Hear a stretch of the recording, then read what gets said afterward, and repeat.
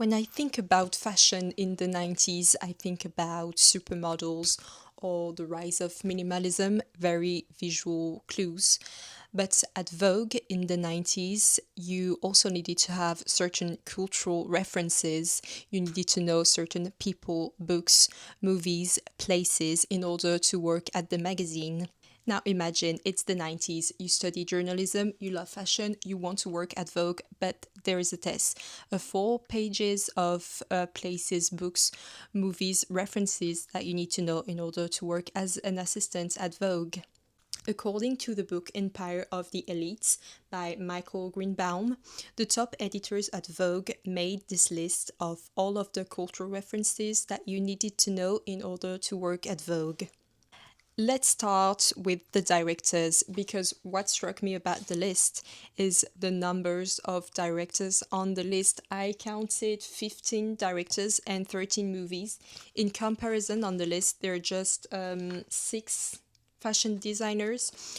So you have Almodovar, which seems like quite a obvious choice. It talks about femininity and beauty, and it's very classic and camp at the same time, very European. You have other European names like Bertolucci and Fellini.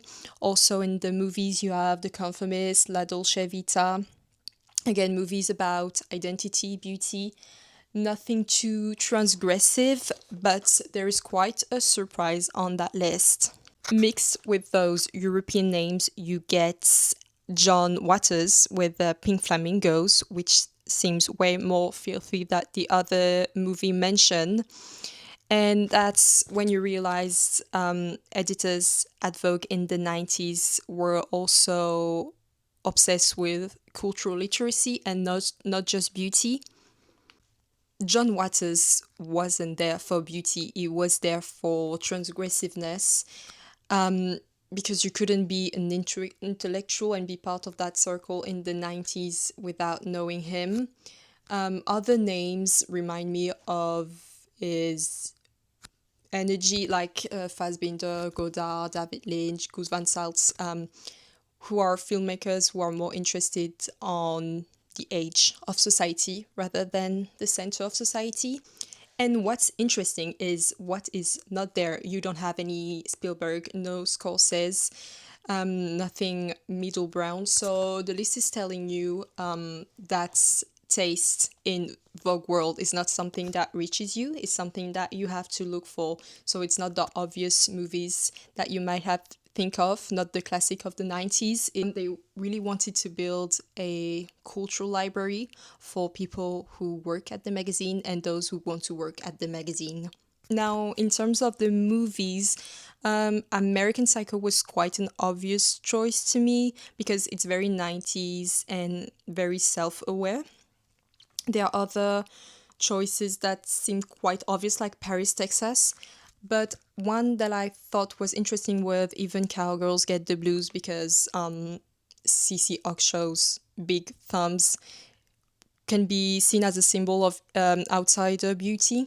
So I thought they wanted to really see how beauty can be represented in those movies and how weird are they willing to be about it. Now, the literature, because of course there are books. You get Mrs. Dalloway, The Magic Mountain, The Day of the Locust, The Good Soldier, Our Lady of the Flowers. So all modernists. So Vogue women love their modernists apparently. One that stands out, I mean, there are two that stood out to me. Barbarians at the Gates, which is a non-fiction book about the leverage buyout of RRG Nabisco, so quite niche. And the other one is Fear of Flying. Now, onto the writers. I thought the choices were quite chic intellects.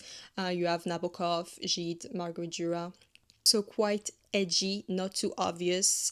They did not choose Sylvian Plath or Edra Pounds because quoting those writers that they mentioned showed that you belong to a certain club. But again, there's a gap. Only Western literature. You have nothing from Latin America, nothing from Asia, nothing from Africa or India, which says a lot about the 90s at Vogue. It was very Western centered, very Paris, London, New York lens. There's also, of course, a lot of artists and photographers. Now, I must say, I did not know all of those photographers. You have Avedon, Irving Penn, Stephen Maisel, Mapplethorpe, which was the only one I knew, Herb Ritz, Cindy Sherman.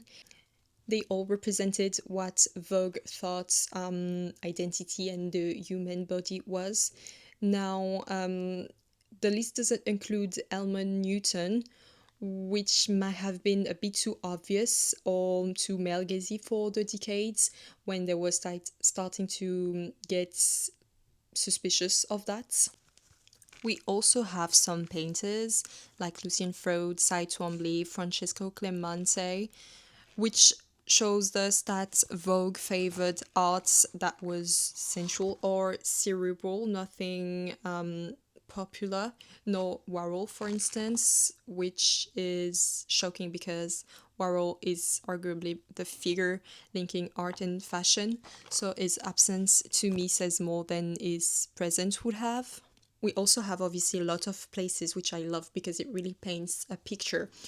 We have Saint Barth for vacation, the Chateau Marmont, Claridge's and the Connaught, South Beach for that Versace energy, Studio 54. Then you also get iconic places in Paris like the Palais Royal and the Place des Vosges. Now, a place that I also found really interesting that they added in Paris is the Père Lachaise, which is quite odd in comparison to the other places in that list. The Père Lachaise, if you don't know, is a cemetery, a graveyard.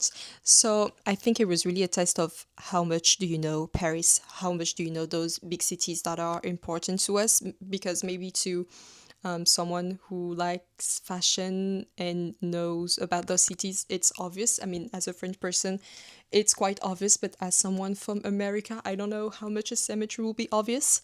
And I think that was very, if you know, you know. If you know about Paris, you will know about that cemetery. And what I like is that along with those places, they also added cultural touch points.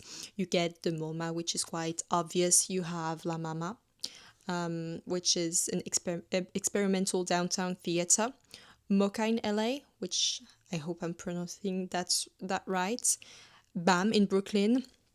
So here, that list is saying, yes, we appreciate the establishment, but we also go downtown too. And now, my favorite part of the list, the weird choices that I do not understand, and the people who seem they have wandered here by accident. We have Squeaky Fromm, which, if you didn't know, is a criminal. She was part of Charles Manson's family. You also have Jack Kevorkian, which is, I mean, was an American doctor who championed patients' right to die by physician-assisted suicides. Jean Harris, who was the headmistress of the Madeira School for Girls and a convicted murderer. Jerry Falwell was a pastor and televangelist. Now, if you're American, maybe you're more likely to know those people. Maybe they're parts of the cultural landscape of America. But as a foreigner, I thought those choices were very interesting, especially the murderers. Now, obviously, editors at Vogue in the 90s were not endorsing those figures, but it showed that they acknowledged that 90s culture was not only about purity, it was also very messy. And you had to know those people because they were part of the culture, even though some of them were really messy. And that's why you also get activists like Angela Davis or Adriel Clever. The 90s was a time when fashion started to acknowledge politics more openly, especially around topics such as AIDS, gender, and race. Now you also get people like Bob Packwood, who was a Republican senator, who resigned after allegation of sexual harassment and sexual abuse. What a surprise. Or George Wallace, who was also a politician.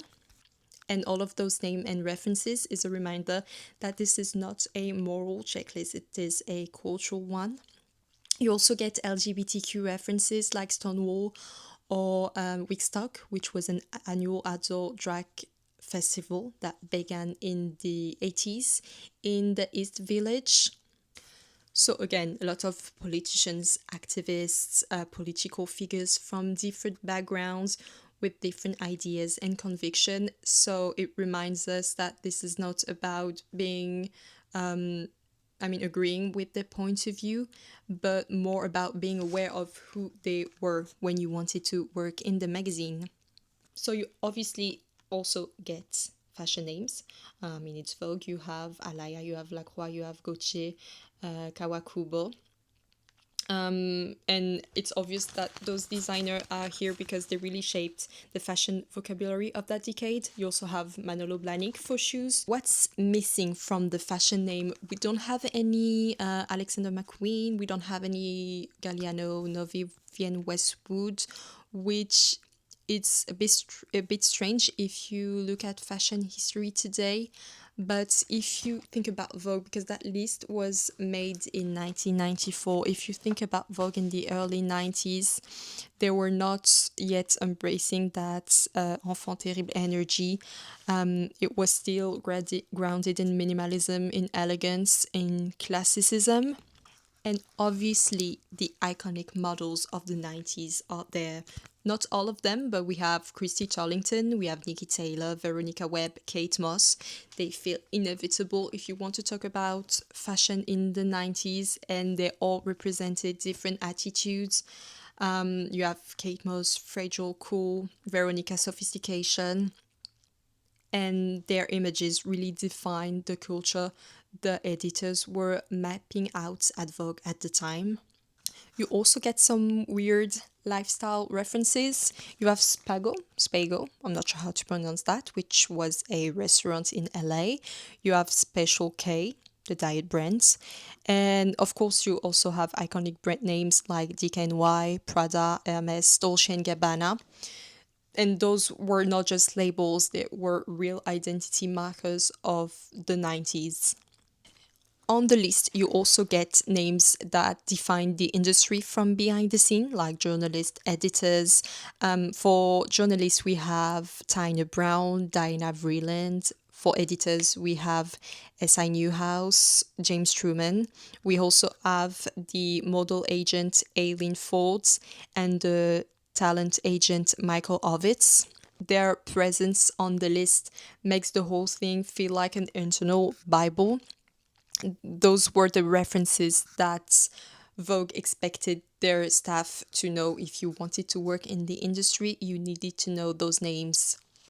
What I also like is that on top of the books, they added two literary lines.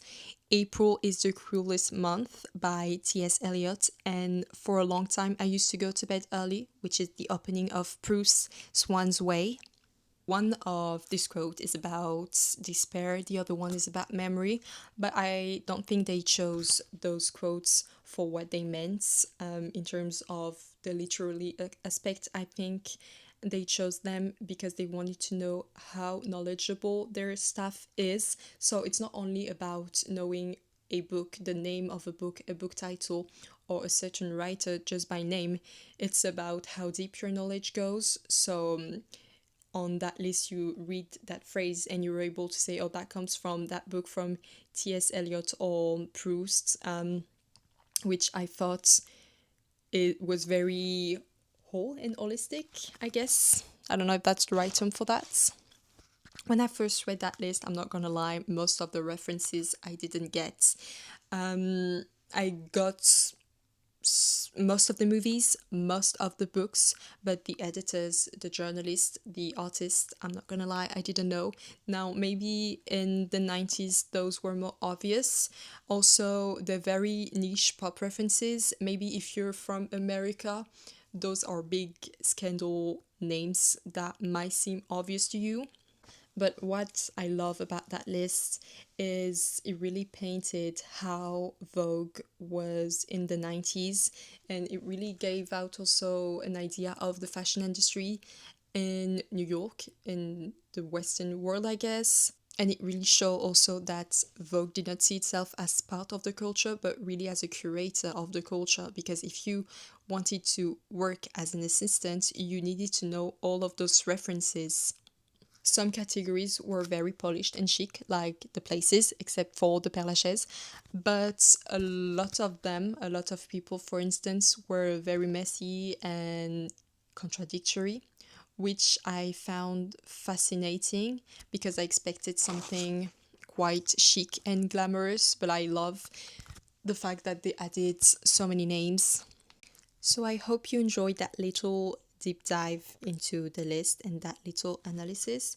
Tell me if there's anything you found interesting or anything you found surprising, because I thought there were a lot of surprises on the list, and which references you would put on the list for Vogue today in the 2020s.